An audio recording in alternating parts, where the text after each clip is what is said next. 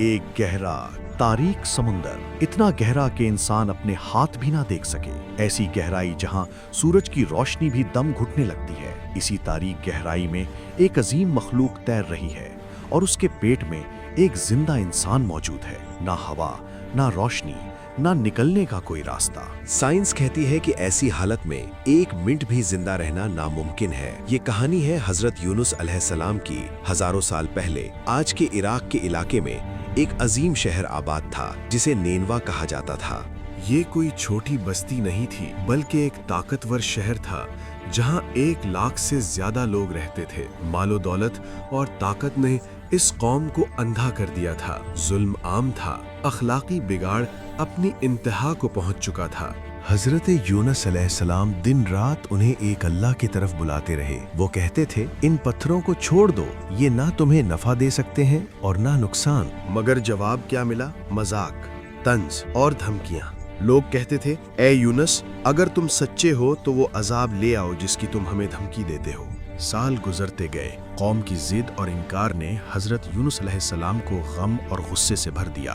آخرکار انہوں نے آخری وارننگ دی، اگر تم ایمان نہ لائے تو 3 دن بعد اللہ کا سخت عذاب تم پر نازل ہوگا۔ یہ کہہ کر حضرت یونس علیہ السلام غم اور غصے کی حالت میں بستی چھوڑ کر چلے گئے۔ یہاں ایک بات سمجھنا ضروری ہے، نبی اللہ کے حکم کے بغیر اپنی ذمہ داری نہیں چھوڑتا، لیکن چونکہ عذاب کی خبر دی جا چکی تھی، حضرت یونس نے سمجھا کہ اب اس قوم کا انجام قریب ہے۔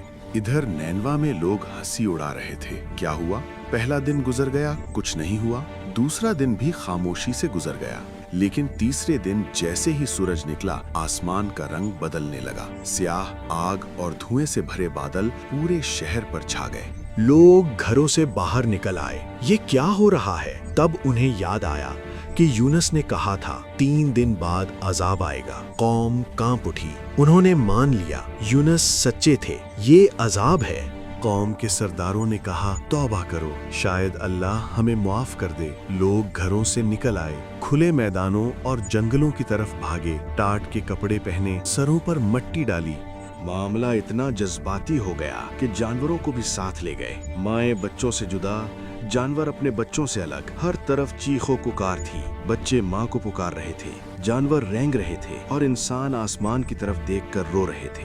اے اللہ، ہمیں معاف کر دے، ہم ایمان لاتے ہیں۔ قرآن گواہ ہے کہ جب انہوں نے سچے دل سے توبہ کی تو اللہ کی رحمت نازل ہوئی۔ جو عذاب ان کے سروں پر تھا، اللہ نے واپس لے لیا۔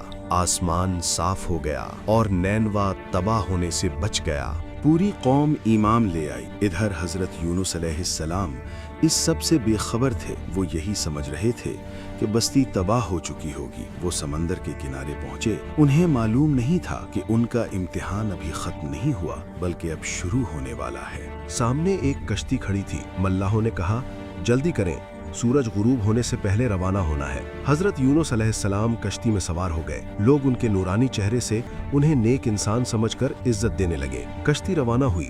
سمندر پرسکون تھا، مگر اچانک سمندر میں شدید طوفان آ گیا۔ لہریں پاگل ہو گئیں، کشتی لرزنے لگی۔ ملاح چیخ اٹھے، کشتی ڈوبنے والی ہے۔ یہ عام طوفان نہیں ہے، یہ اللہ کی طرف سے ایک پکار تھی۔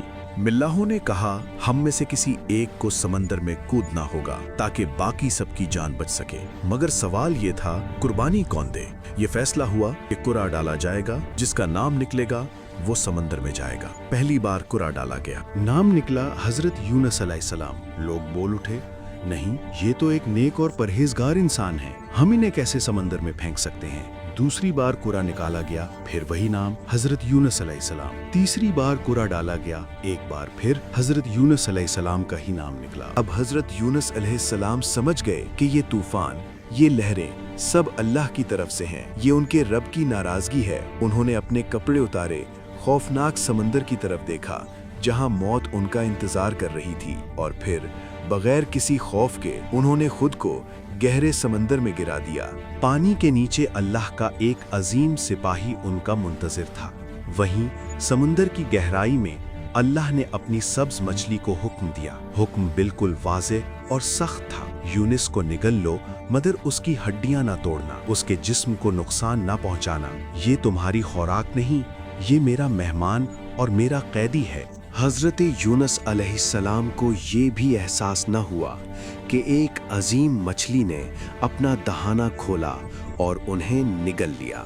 یہ وہ مقام تھا جہاں ایک نبی کا امتحان اپنی انتہا کو پہنچ چکا تھا، مگر حضرت یونس علیہ السلام نے امید کا دامن نہیں چھوڑا۔ انہوں نے مچھلی کے پیٹ میں سجدہ کیا اور عرض کی، اے میرے رب، میں نے تیرے لیے ایسی جگہ عبادت کی جہاں نہ کوئی تجھ سے پہلے عبادت کر سکا اور نہ کوئی بعد میں کرے گا۔ انہیں احساس ہو گیا کہ اللہ کی اجازت کے بغیر قوم کو چھوڑ دینا ہی ان کی آزمائش کا سبب بنا۔ انہوں نے دعا کی، تیرے سوا کوئی معبود نہیں، تو پاک ہے، بے شک میں ہی ظالم تھا۔ انہوں نے یہ نہیں کہا اے اللہ مجھے بچا لے یا مجھے یہاں سے نکال دے، انہوں نے صرف اللہ کی تسبیح کی اور اپنی غلطی تسلیم کی۔ یہ دعا اتنی طاقتور تھی کہ آسمانوں کے دل پگھل گئے۔ اللہ اسی لمحے کا منتظر تھا۔ توبہ کا دروازہ کھل چکا تھا، عید کا وقت ختم ہو گیا۔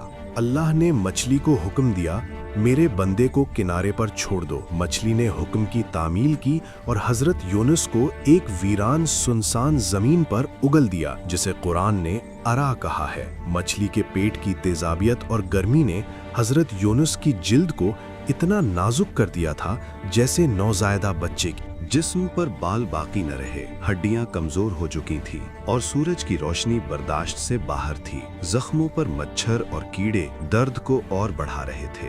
یہاں اللہ کی رحمت کا ایک اور معجزہ ظاہر ہوا۔ قرآن کہتا ہے، اور ہم نے ان کے لیے ایک سایہ دار درخت اگا دیا۔